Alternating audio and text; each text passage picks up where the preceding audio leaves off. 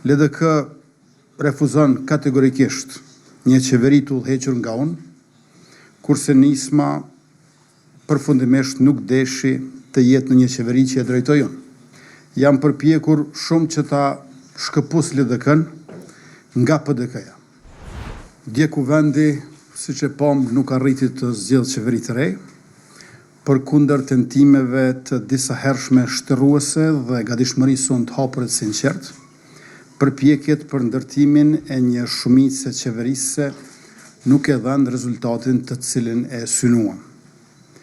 Asnjëra nga partitë parlamentare të cilave u kemi bërë ftesë nuk ka pranuar të bëjë një marrëveshje për bashkëqeverisje, megjithse vota e qytetarit kësaj radhe kishte përcaktuar që duhej të kishte një koalicion qeverisë.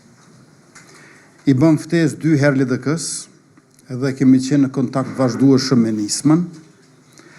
LDK refuzon kategorikisht një qeveri të udhëhequr nga unë, kurse Nisma përfundimisht nuk deshi të jetë në një qeveri që e drejtoj unë.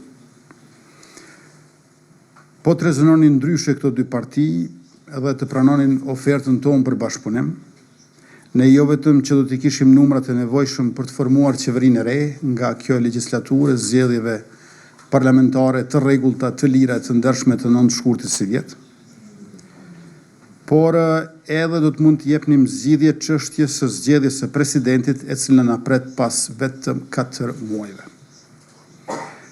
Duke e parë disponimin e elektoratit të lëvizjes vetëvendosje dhe të lidhjes demokratike të Kosovës, jam përpjekur shumë që ta shkëpus LDK-n nga PDK-ja. Në vitin 2020 ja arritëm, por vetëm për 51 ditë. E provuam përsëri me leadershipin e ri të LDK-s, por pa sukses.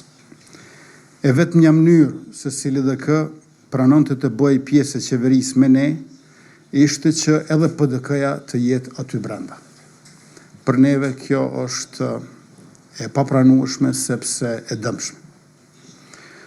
4 vitet e këtij mandati na e kanë dëshmuar se qeveria është stabile, atëherë kur përveç numrave në kuvend, i ka edhe numrat në kutitë votimit.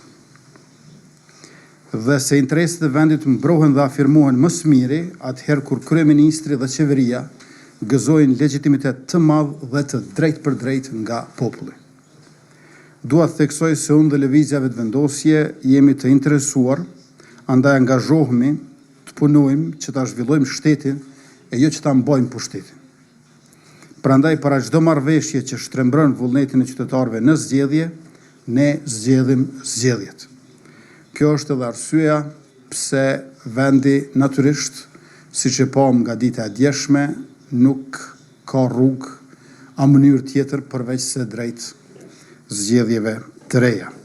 Nuk ka qenë preferenca jonë, jemi përpjekur që çdo herë kur është kërkuar nga ne, obligimin ton ta kryejmë me kohë, edhe kur kemi votuar menjëherë Komisionin për verifikimin e mandateve, edhe kur kemi propozuar menjëherë për kryetare kuvendi Albulina Haxhiun, edhe kur kemi propozuar menjëherë metodën e votimit të fshehtë, edhe kur e kemi zëvendësuar menjëherë Albulina Haxhiun me të tjerë kandidat derisa u votua kryetari aktual i kuvendit Dimal Basha, dhe lëvizja vetëvendosje ja ka dërguar nominimin tim presidentes së Republikës menjëherë për të filluar me përpjekjet për zgjedhjen e qeverisë.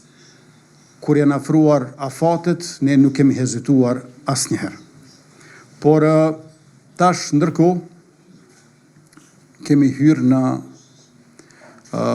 muajin e 8 të vitit të 5 të mandatit tonë të plot 4 vjeçar. Nuk e kemi menduar që do të ndodhë, sigurisht që nuk e kemi dëshiruar, por dita e djeshme vetëm sa e zgjat një mandat të këtillë.